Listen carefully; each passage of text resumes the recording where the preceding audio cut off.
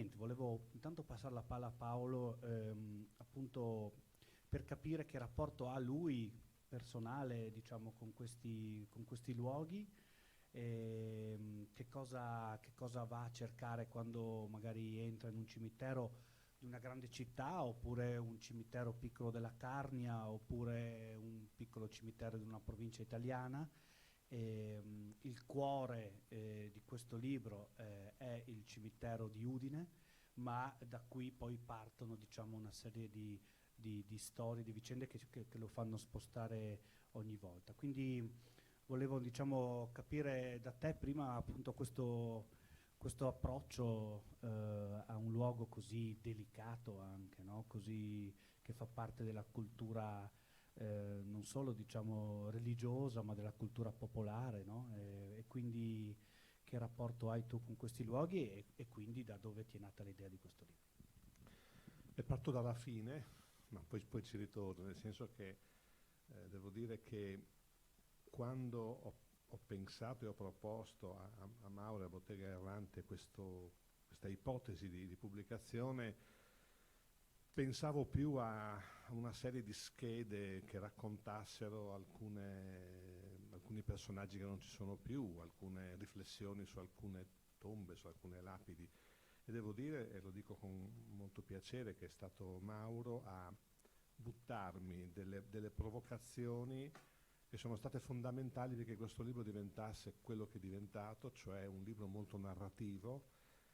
E questa narratività del libro, credo, spero, mi auguro, insomma, abbia contribuito a una leggerezza nel raccontare un tema così a volte drammatico, così profondo, così dolente. E quindi devo ringraziarlo davvero, lo faccio con molto piacere. In questo libro sono citati quasi 35 cimiteri sparsi in giro per il mondo, e sono quasi tutti cimiteri che sono stati visitati da me, che insomma ci vado, ma ci vado non per una forma morbosa, no? Per una curiosità, perché quello che diceva Mauro prima è verissimo, i cimiteri raccontano delle storie, ripropongono l'anima di un popolo, l'anima di un luogo geograficamente grande e importante, ma anche l'anima di una piccola comunità, la raccontano. Il cimitero è una invenzione straordinaria, se ci pensate, perché raccoglie un gran numero di morti e questa raccolta non avrebbe senso se quel luogo non fosse attraversato dai vivi. Non avrebbe senso, no? C'è questa contraddizione che è straordinaria, che è eccezionale. E già questa è una cosa che mi colpisce moltissimo. Però quello che mi colpisce di più è che tu quando entri io quando ci entro dentro eh, percepisco il respiro, percepisco l'anima di chi c'è lì, che in qualche modo cioè, che ti parla. Ti parla come? Ti parla attraverso una fotografia, attraverso un sorriso, attraverso due date, a volte troppo vicine, a volte molto distanti, che però coincidono con avvenimenti importanti, con avvenimenti epocali, no? Cioè ti raccontano e ti dicono c'è la mia storia qui, c'è la mia storia, non dimenticarla, non farla diventare polvere, falla rivivere, raccontala. E quindi c'è questa percezione che può sembrare così, un po' animistica, ma che in realtà io credo che se uno ci entri con uno spirito in questi luoghi, con un atteggiamento, la percepisce molto bene, la percepisce molto bene. Poi questi luoghi sono luoghi che inevitabilmente raccontano pezzi di vita oppure ti costringono a farti delle domande. Nel cimitero di Udine c'è un personaggio minore appena citato qui, c'è una tomba che ha vi assicuro, una fotografia di una giovane donna bellissima, una fotografia in bianco e nero, è una fotografia degli anni 60. Ci sono questi occhiali a occhio di gatto scuri, lei è bionda, sembra seduta sul greto di un torrente o di un fiume, ha un sorriso bellissimo, bellissimo. Tu la guardi, perché la fotografia ti parla, la guardi, la vedi, poi scosti l'edera che sta sopra alla data di morte e scopri che questa signora è morta a 85 anni. Però lì ne ha 20, 25, 30, cioè chi ha voluto quella fotografia lì? Lei l'ha voluta, lei ha detto io voglio essere immortalata come ero bella e giovane? È una domanda. L'ha voluta mettere il marito o il figlio per ricordare una bellezza che poi era sfiorita? Cioè i cimiteri ti parlano, sono luoghi in cui ci sono delle pulsazioni, no? Ed è molto emozionante entrarci dentro e dire cosa scoprirò oggi? Chi mi parlerà oggi? Su quale data, su quale nome, conosciuto o sconosciuto, su quale fotografia il mio occhio si appoggerà per ricevere che cosa? Questo è il percorso, insomma, questo è lo snodo che ha animato l'intenzione di dedicare un libro intero a questo tema, che, come dicevamo, come dicevi prima tu, certo, in certi momenti ha dei risvolti drammatici, però in altri persino dei risvolti divertenti.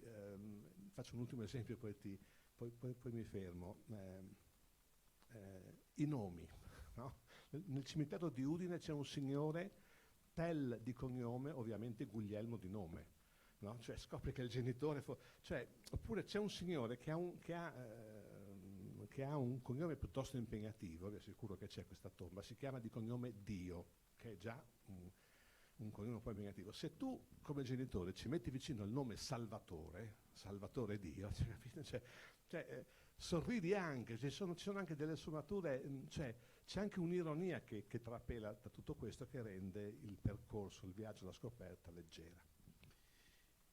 Beh, ad esempio molte epigrafi, no? Portano con sé un'ironia. Scusate la polvere. Dorothy Parker. Esatto, Dorothy Parker, però è famosissima quella di Walter Chiari, no? Mi sembra che... Sì, dice, amici non temete, solo sonno arretrato. Questo è Walter Chiari. Che testimoniano come anche...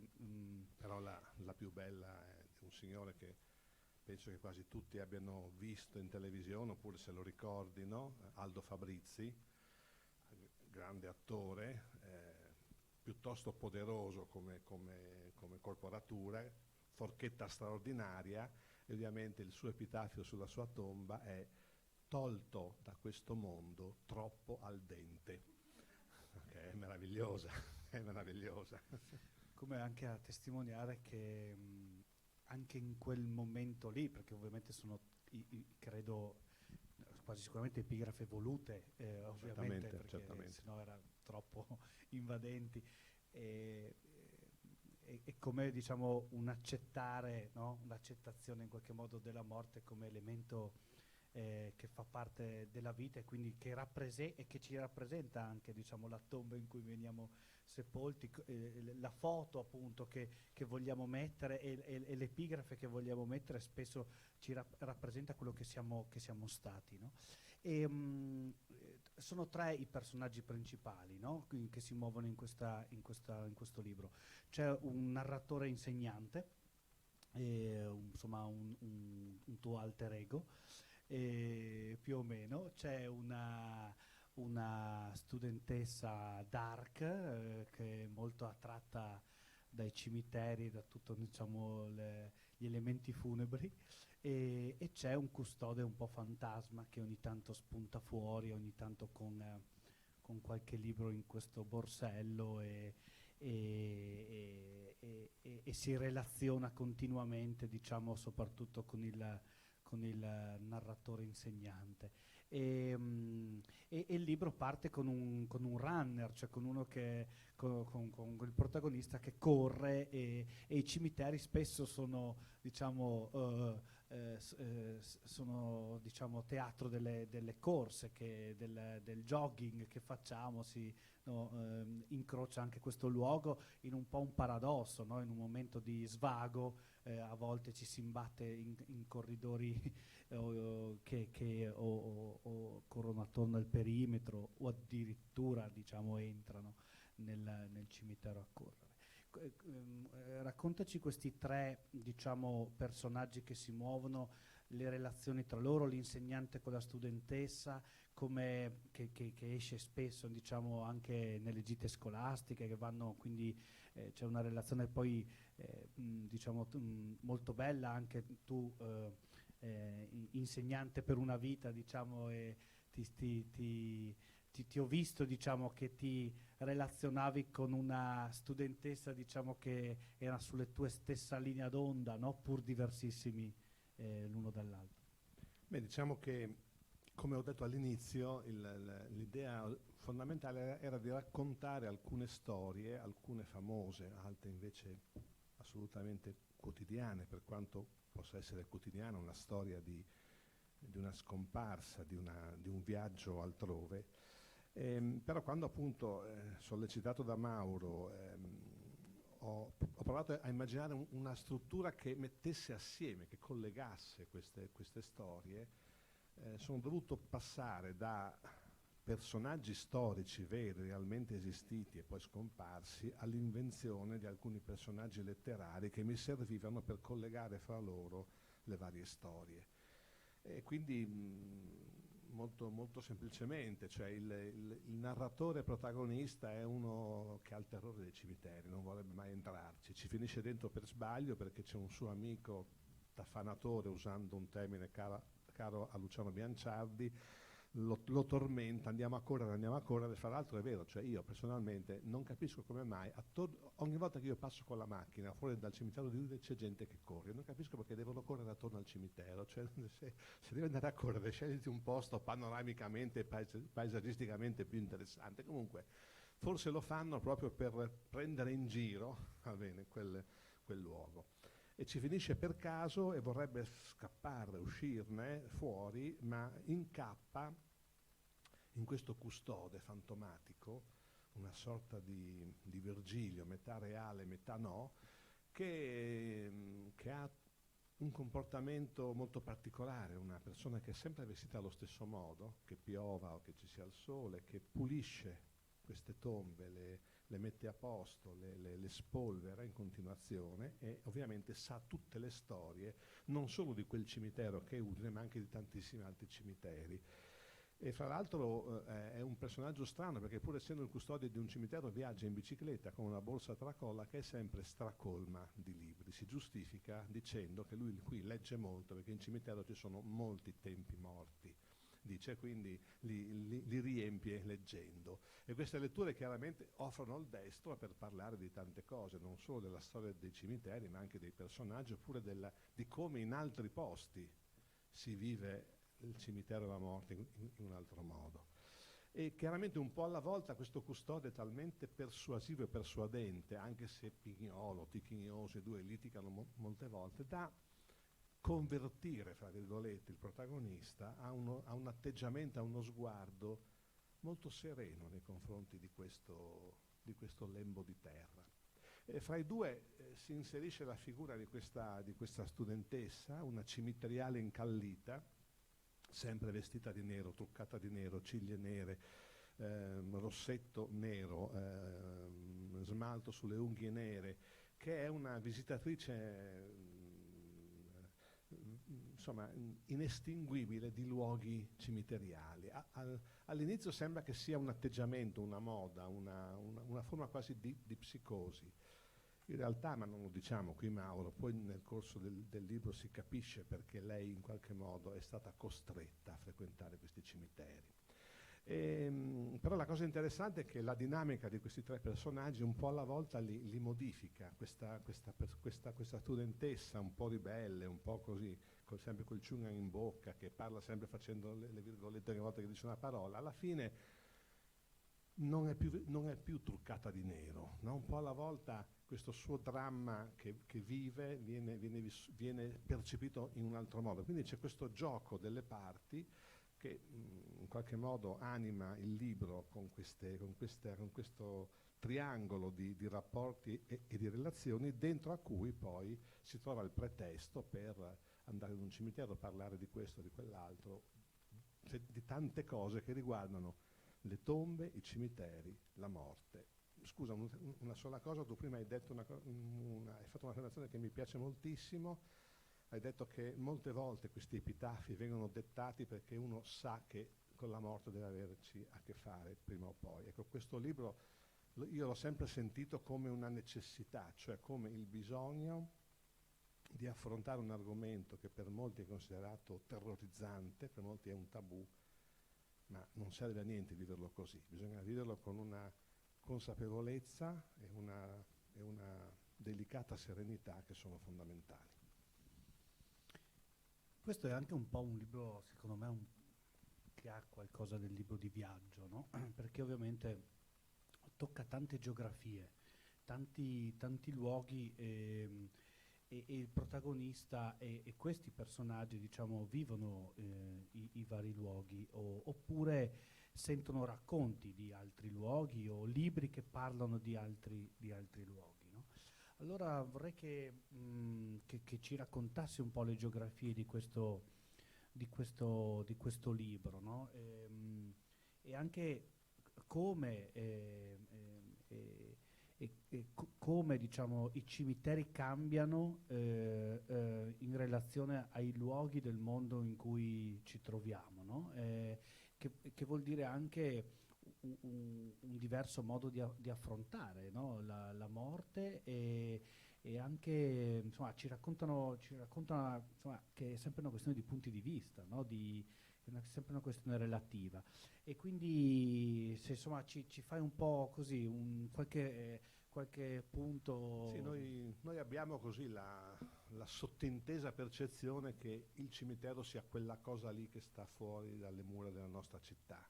In realtà questa è una percezione europeistica, neanche occidentale, europeistica del cimitero. Perché se uno si guarda attorno, se uno viaggia, visita, chiede, no? Scopre che il rapporto fra la vita e la morte è vissuto in maniera molto diversa.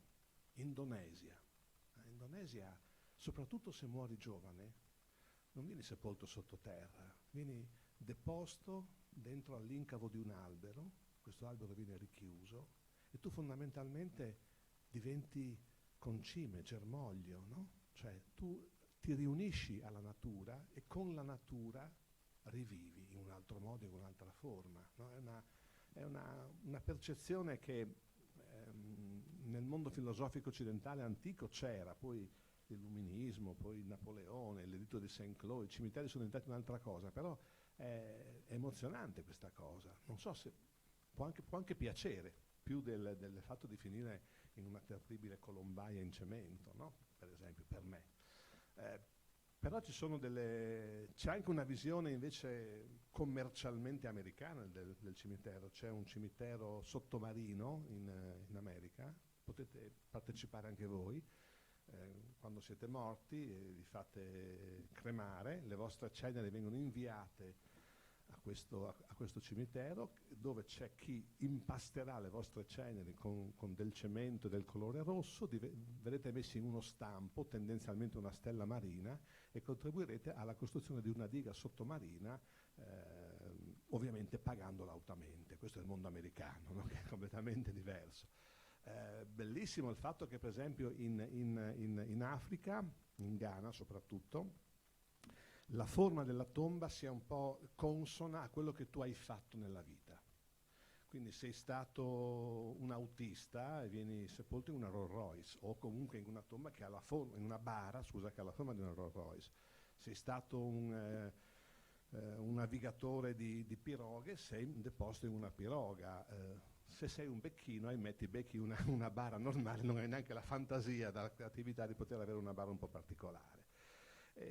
Quindi ci sono tante modalità, tante costellazioni, ma anche nel mondo occidentale ci sono degli aspetti molto, molto particolari. Non so, mi viene in mente Sapanta. Sapanta è un paese dell'Ucraina del sud, dove negli anni 30 un artigiano del posto si è inventato proprio un format di costruzione delle lapidi, che sono tutte quante in legno, sono tutte quante coloratissime, con colori vivacissimi, con colori sgargianti, e tutte quante hanno anziché avere la fotografia, adesso lo trovo un attimo, una citazione anziché per la fotografia, hanno una specie di fumetto che era disegnato da questo artista che poi ha fatto scuola e che poi ed è un fumetto che ha sempre delle battute molto, molto comiche o molto ironiche. Per esempio, sotto questa pesante croce giace la mia povera suocera.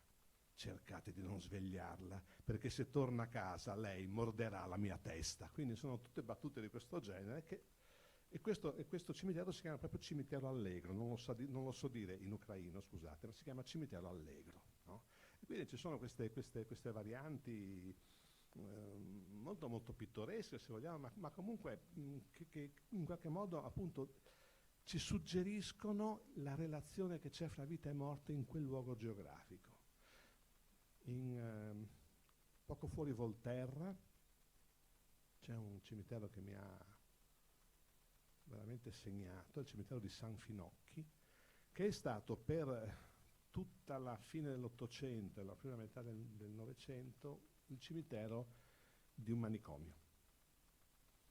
Era in stato di abbandono 11 anni fa, adesso mi sembra che l'abbiano ripristinato perché c'è anche un turismo cimiteriale, vabbè, su cui si potrebbe parlare, ma la cosa sconvolgente, voi capite che lì c'erano delle persone che sono state rifiutate da un paese, da una comunità, da una famiglia, sono state portate in questo manicomio e dopo morte questa comunità, questa famiglia, questo paese non le ha volute, neanche dopo morte, non le ha volute prima, non le ha volute dopo.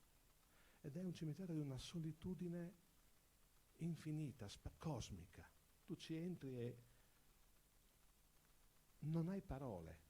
L'unica parola che hai è per l'ultimo direttore di questo manicomio, uno Scabia, o Scabia, non so come si dica, che ha voluto farsi seppellire lì insieme ai suoi matti, per dirlo in maniera popolare. Sono segni che parlano. Ad esempio, se andate al cimitero di Clauzetto, il partigiano Daniel è seppellito fuori dal cimitero perché il prete dell'epoca ha detto troppo comunista o troppo, insomma, Poi anche partigiano, russo, cioè no, russo, e quindi non può stare insieme agli altri. E trovate che la tomba del ragazzo Daniel, diciamo, fuori dalle mura, no, del cimitero. E ti racconta una storia, no? Quando tu incroci quella tomba lì, il significato che lui sia fuori dal perimetro ti racconta la sua storia in qualche modo, no?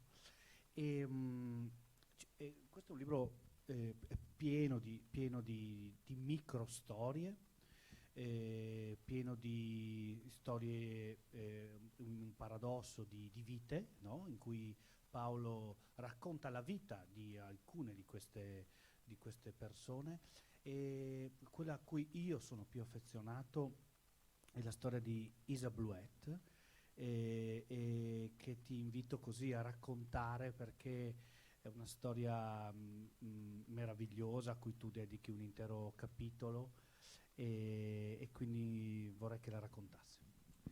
Siamo in gita scolastica, appunto, con questa studentessa dal nome strambo, non abbiamo detto prima, si chiama Savana. Devo dire comunque che la figura di questo personaggio è un personaggio che assomma, che mette assieme tante studentesse che ho avuto nei miei 40 anni di insegnamento, ma in particolare ce n'è una che ebbe una storia molto tragica, molto simile, quindi vabbè, il nome deriva un po' anche da quello.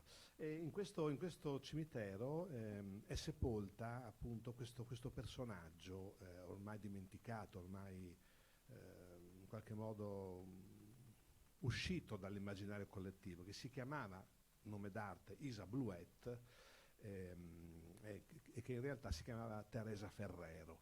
Era una tabacchina, era una ragazza che lavorava al trancio del tabacco, ma come spesso succedeva in questi luoghi di lavoro femminile, il canto era fondamentale. Anche nelle filande, no? Si cantava moltissimo, queste donne cantavano. E Isa Bluet, o meglio questa Teresa, cantava benissimo, talmente bene che a un certo momento decide di abbandonare questo luogo di lavoro faticosissimo e di provare una carriera artistica, ma una carriera artistica di basso livello, canta così nelle bettole, fa un avanspettacolo anche abbastanza così, abbastanza insomma di bassa lega, ma è una ragazza talmente orgogliosa, con un carattere talmente forte e con una voce talmente meravigliosa da decidere di interrompere momentaneamente questa sua carriera un po' così semi-dilettantesca, andare in Francia a studiare e imparare. Ed è quando torna dalla Francia che si chiama Isa Blouet.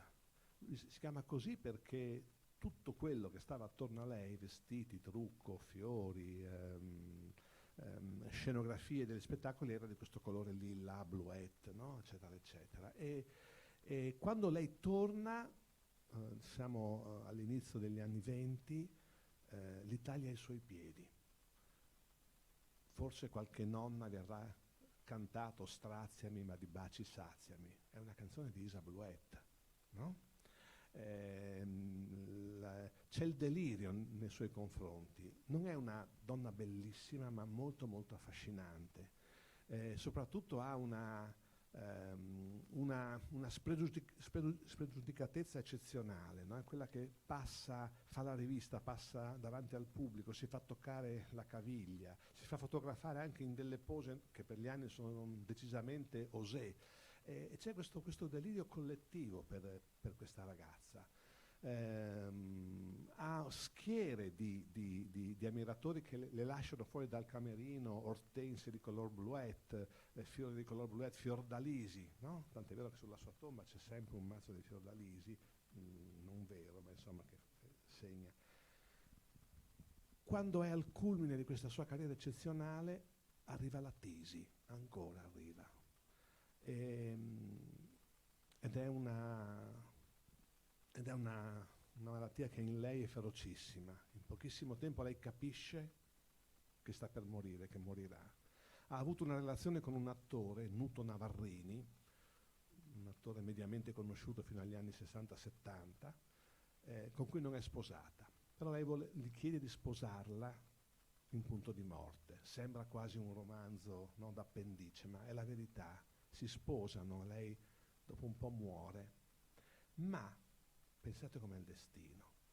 La sfortuna vuole che lei muoia nel giorno in cui il re Vittorio Emanuele III compie 70 anni. Sui giornali non si parla di altro, perché il re impone che si parli solamente di lui. E la notizia della sua morte, se andate a cercare nei vecchi archivi, è in un francobollino in basso a destra, su tutti i giornali nazionali. E quindi l'Italia quasi non sa che Isa Blouet è morta. E poi arriva la seconda guerra mondiale. Che tempo c'è di pensare a Isa Blouet? Cioè, Isa Blouet passa in pochissimo tempo da essere la star dell'Italia a non essere più nessuno. E questa è una storia a cui ho voluto dare spazio perché il concetto chiave di questo libro, a cui io credo fortissimamente, è che la vita non muore mai. Viene affidata a chi resta. Ma se chi resta la disperde, se chi resta non sa più farla rivivere, se chi resta la uccide veramente, quella è la vera morte. E allora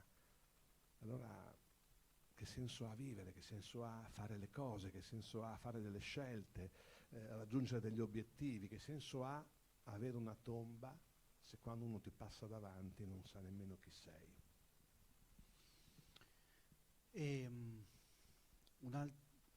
un'altra storia che credo segni non solo lo sport, non solo il calcio, non solo diciamo per chi è appassionato diciamo di questo sport, ma credo che segni un po' un pezzo d'Italia, no? di cultura italiana ed è Superga, no? Che ancora oggi, ogni anno, diciamo, c'è la ricorrenza con i tifosi del Torino, del grande Torino, che salgono, diciamo, ed è una storia diciamo pazzesca, anche se ci vediamo le coincidenze, no? Che ci sono dietro, di quello che poi sarà anche, mi sembra, il presidente del Torino, no? Romeo, sì, sì. Sì. Ecco, quello è forse, diciamo, per gli amanti dello sport, del calcio, ma è anche qualcosa che va oltre, un cimitero molto particolare, con una storia veramente particolare. Io ero molto piccolo, perché sono del 57, e quando cominciavo a ragionare di calcio minimamente, quindi a 5-6 anni, mi ricordo che mio papà mi raccontava la radiocronaca dei funerali del Grande Torino. Come diceva, c'era che diceva, ecco, adesso passa la bara di Bagigalupo, adesso questo momento così forte come impatto emotivo in qualche modo è stato riproposto qui, perché appunto siamo nel cimitero di Torino, dove questa ragazza impara, conosce, grazie al suo insegnante, la storia di Isablouet, che si parla anche di Superga, di questa tragedia, ma se ne parla in maniera molto particolare, perché è una cosa che si è dimenticata, appunto, che pochi sanno. Voi sapete che il Torino ha avuto delle epoche fondamentali, no? Se vogliamo essere un po' più, andare all'indietro nel tempo, i gemelli del gol, Graziani e Pulici, lo scudetto famoso contro la Juve, poi si va indietro, c'è Gigi Meroni, no? Che era questo grande campione morto tragicamente a 24 anni, falciato appunto da una Giulietta, mi sembra, guidata da questo tifoso del Torino, che era Romeo, che poi divenne anche presidente del Torino. E poi c'è Superga, c'è il Grande Torino, la squadra più forte del mondo, quella che in qualche modo si schianta con l'aereo contro la collina di Superga. Pochissimi sanno che il pilota che guidava quell'aereo si chiamava Pierluigi Meroni. Pensate un po', cioè ha lo stesso nome del grande campione amato idolatrato dai tifosi, che morirà anche lui in un tragico incidente stradale. E le cronache dell'epoca dicono che è stato il pilota volando nella nebbia a sbagliare quota, a volare troppo basso e a schiantarsi contro la collina di Superga. E questo signore è morto portandosi nella tomba l'infamia di aver ucciso il Grande Torino.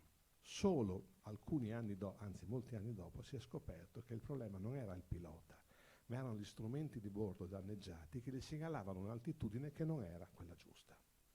Questo povero uomo si è portato nella tomba una colpa enorme che non era sua, e si chiamava Meroni, come Gigi Meroni, che poi verrà ucciso da una macchina. Cioè, pensate che ci sono degli snodi, delle sliding doors del destino che sono veramente pazzesche, E un cimitero ti racconta anche questo, perché metti assieme le cose. Vai nel cimitero di Milano, perché il pilota è sepolto a Milano, leggi Pierluigi Meroni, pilota dell'aereo della tragedia di Superga, e dici: ma come, il pilota si chiamava Meroni come quel Meroni là? Cioè, e ti si apre un mondo e cominci a cercare, a frugare, scopri delle cose. Questo libro spero che renda un po' di giustizia al povero pilota di Superga. Allora, andando verso, diciamo così, la conclusione di questo incontro, dopo ti inviterò a leggere magari per chiudere, insomma, qualcosa. Volevo collegare questo libro al tuo libro successivo, diciamo, che è stato pubblicato un anno dopo, che è Alfabeto friulano delle rimozioni, no? E tu che operazione fai in questo libro? Raccogli 45 storie di friulani nei vari campi, diciamo, della scienza, della cultura, della politica, dello sport, e raccogli queste 45 persone, però è un alfabeto friulano delle rimozioni, no? Cioè sono 45 persone la cui memoria, diciamo, non è entrata diciamo, nella collettività. E spesso ci diciamo io e te, no, che uno scrittore come Elio Bartolini, che abbiamo conosciuto e amato e ci abbiamo insomma, lavorato insieme, è uno scrittore che a differenza ad esempio di altri sembra un po' diciamo dimenticato, no, da questa terra. Allora tu che operazione fai, diciamo? Allora qui vai a raccontare ovviamente i cimiteri e quindi vai a raccontare le storie, ma anche comunque nel libro successivo tu vuoi rifar riemergere, in questo caso 45, ma insomma potevano essere altri 45 persone in qualche modo dimenticate. È come se tu, è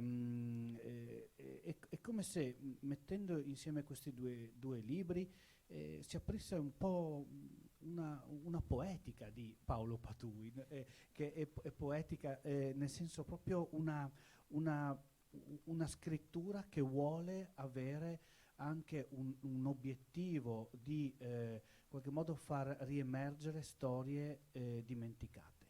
E questo credo che sia per chi scrive una cosa molto importante, no? Cioè in qualche modo avere ben chiaro anche a che cosa può servire, diciamo, scrivere un libro che va al di là, diciamo, di raccontare una storia, ma anche alla possibilità di far riemergere e di far tornare in qualche modo a far circolare microstorie o macrostorie come quelle dell'alfabeto, che però in questo mondo, diciamo, che mangia le cose troppo velocemente, spesso insomma se ne vanno come Isa Bluet. No, dici una cosa pienamente, insomma, pienamente concordante con le mie intenzioni. Dico subito che l'alfabeto è un libro completamente diverso da questo, un alfabeto che è un libro che raccoglie 45 personaggi, quasi tutti, cioè, friulani, che hanno fatto delle cose eccezionali, poi dimenticate, in delle brevi schede, cioè sono 2 pagine e mezza per ogni personaggio, per cui uno può anche saltare di palo in frasca, dice ma questo personaggio non mi interessa, non mi piace, ne cerco un altro, ha una grande agilità di lettura. Però entrambi questi libri lavorano sulla memoria. Noi nella nostra vita tiriamo delle righe, tracciamo dei solchi e non vorremmo mai sapere che questi solchi vengono ricoperti, che queste righe vengono cancellate. Cioè se lo sapessimo, se fossimo certi che questi segni che lasciamo fossero destinati al nulla, non li lasceremmo. Invece noi ne lasciamo tantissimi, perché pretendiamo che vengano ricordati. Pretendiamo che vengano ricordati. A volte sono dei segni piccolissimi, quelli che riguardano la nostra sfera affettiva, familiare, a volte sono segni importanti.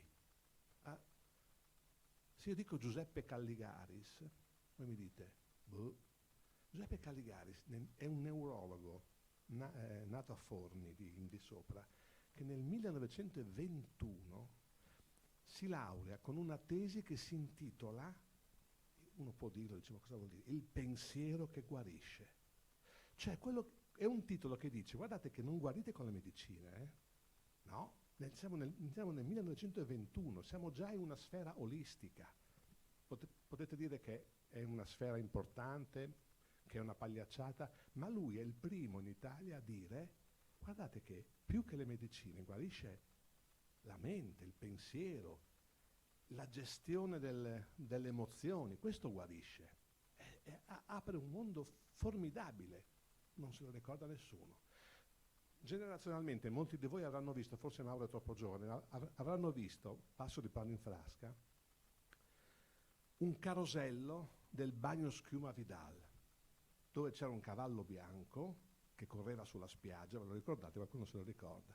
Ma voi sapete che quello spot lì lo ha fatto un tizio di Udine, si chiamava Nonino, Giuseppe Nonino, niente a che vedere con la famiglia dei distillatori, ex calciatore del Genoa in Serie A, che poi si mette a fare il pubblicitario e inventa uno spot che ha fatto la storia della pubblicità italiana per almeno 10 anni, per dire una stupidaggine, ma potremmo citarne tantissimi altri, no? Mi viene in mente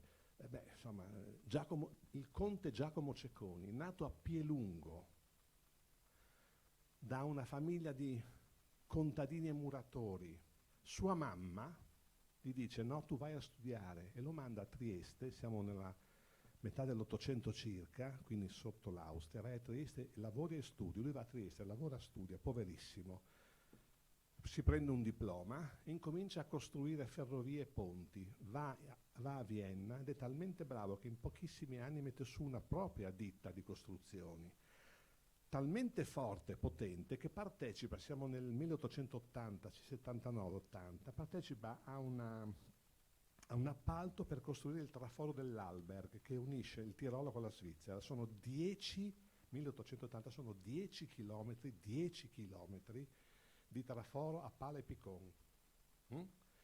Tutti ridono gli austriaci, dicono no, non ce la farai mai, perché c'è un contratto che dice devi consegnarlo entro 5 anni, e il contratto dice ogni giorno di ritardo c'è una penale. Lui dice ok, firma il contratto, ma ogni giorno di anticipo c'è un premio. E addirittura scommette, perché lui costruirà questo traforo con 2 tronconi, uno a est e uno a ovest, che si devono congiungere, no? Quando i 2 tronconi si congiungono non avranno più di mezzo metro di differenza. Tutti ridono e scommettono. Alla fine allora, lui consegna il traforo un anno prima, diventa ricchissimo, infatti costruisce il castello di Pielungo, si compra il titolo di conte. E la distanza fra i 2 tronconi, siamo nel 1884, è di 43 millimetri. 43 millimetri. Cioè, queste sono persone che hanno fatto delle cose eccezionali, formidabili, no? E che le hanno fatte con l'intima convinzione che qualcuno avrebbe detto per sempre che bravo o che brava. Ci sono anche molte donne. Pia Moretti è di Udine, è la prima giornalista assunta dalla RAI nel 39, ancora EIAR, nel 39.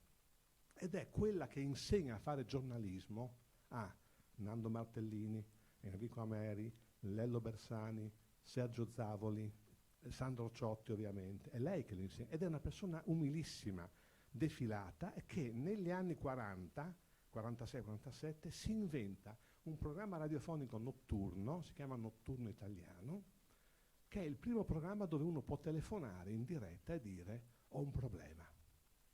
Noi pensiamo oggi è scontato, ma siamo negli anni 40, lei se lo inventa lei, sfidando le ire del direttore della RAI e ottenendo un successo eccezionale. Cioè, potremmo andare avanti all'infinito, ma questo cioè, sono storie che non possono essere cancellate. Qualcuno deve prendersi la briga di farle rivivere. Ma secondo te, Paolo, questa è una terra che dimentica, che dimentica un po' troppo spesso? È una cosa normale che succede sempre ovunque, in qualsiasi latitudine, che ovviamente al di là della via magari che viene intitolata a e non sai mai neanche chi è, no? Io ho abitato vicino alla via Marco Volpe a Udine per 10 anni, e finché non ho letto il tuo libro io non sapevo che fosse Marco Volpe, no? E, cioè, secondo te cioè, è nel normale diciamo flusso delle cose che anche queste persone poi vengano in qualche modo rimosse, appunto, no? Oppure c'è anche una responsabilità? Ma no, io credo che purtroppo la dimenticanza sia un atteggiamento, sia comunque non so come dire, un limite che l'essere umano ha dentro di sé, anche perché tendi sempre a guardare avanti, no? Poi, non credo che questa terra dimentichi volutamente di più. Credo che questa terra abbia dei problemi irrisolti, per esempio da un lato una convinzione di non essere così importanti nella storia, mentre invece qui ci sono 45 personaggi che hanno dato con generosità incredibile qualche cosa, no, a un periodo storico. E dall'altra c'è anche questo nostro atteggiamento molto friulano, per cui lavorare, studiare, fare binari, faticare, aprire cantieri, buttare giù montagne, è normale. Si fa, no? Cioè, si fa. Per cui noi tendiamo a non rendere eccezionale qualche cosa che invece in un contesto forse non lo è, ma in un altro contesto lo diventa. L'atteggiamento di Pia Moretti, così silenziosa, così appartata, perché me ne parlava Sergio Zavoli al telefono anni fa, mi diceva è stata una maestra eccezionale, una persona di una correttezza, ma anche di una discrezione, non voleva mai mettersi. Cioè sono atteggiamenti che nel mondo dello spettacolo di oggi o nel mondo dei giornalisti televisivi di oggi sicuramente non c'è. E chiudiamo, Paolo, con una lettura. Va bene, mi piace così leggere questo pezzo che è una sorta di piccolo testamento che il narratore avrebbe voluto dire ma poi non riesce a dire alla studentessa Savana, però in qualche modo qui dice avrei voluto dirle che e questo è un po' il senso di Scusate la polvere, e inizia proprio con un apparente controsenso che invece è una verità per me molto forte. Ce ne andiamo restando con i sorrisi che abbiamo regalato e provocato, con i tratti del volto che abbiamo trasmesso assieme ai modi di fare e di dire, con le arrabbiature provocate e subite, con le speranze inseguite mai raggiunte come con quelle perseguite e abbracciate. Restiamo con le parole sussurrate e quelle urlate, con il nostro respiro appoggiato alla pelle di qualcuno. Ce ne andiamo, ma restiamo. Restano il nostro nome, i nostri occhi, il nostro sguardo, il nostro sorriso triste, la nostra tristezza sorridente. Restiamo in chi ci è vissuto accanto per poco o per tanto, e rimanendo trasmettiamo da istinti vita, la nostra vita, capace di slanci inimmaginabili, di bassezze piccole ed egoiste che solo la morte può perdonare, perché la morte perdona tutto. Trasmettiamo chi siamo stati e cosa siamo stati o cosa vorremmo essere stati. Passiamo un testimone. Quello che abbiamo creduto fosse giusto, quello che abbiamo pensato fosse la vita, che altro potremmo fare del resto? In realtà, mentre esistiamo, non viviamo per il potere, per il denaro, per il benessere, per l'effimerità dei piaceri, la moto che romba, la cena luculliana, la donna desiderata per uno sfruscio di tempo, il viaggio indimenticabile, la bravata da raccontare. Sono solo maschere. Sono in realtà il nostro modo di esorcizzare lo sgomento assoluto, intimo, sconfinato, che di noi nulla resti. Vorremmo che, una volta assenti dalla vita, i libri che abbiamo letto fossero letti da altri, le poesie insegnate rimanessero nella mente dei nostri allievi come le citazioni ripetute e sfoggiate. Vorremmo che le nostre raccomandazioni fossero a loro volta raccomandate, le nostre inflessioni di voci conservate. Vorremmo non lasciare dietro di noi rancore e derisione e negatività. Vorremmo che qualcuno continuasse a raccontare di noi per noi. Paolo Patui.